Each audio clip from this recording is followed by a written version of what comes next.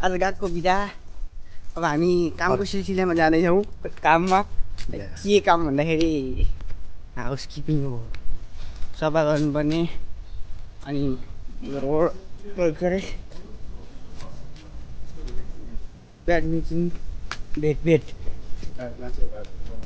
बनाउँछु म त। दोस्रो वर्ष मलाई बाल छैन, म नेपाली हो।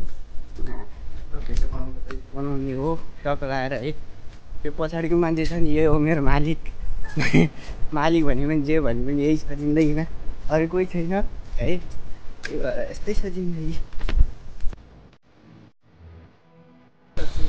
बोका चुटाहरू खानु फेरि पछाडि।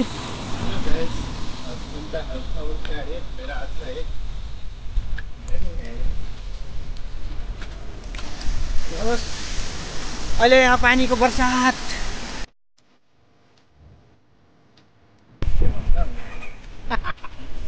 पानी परेछ है, पानीले बर्सात।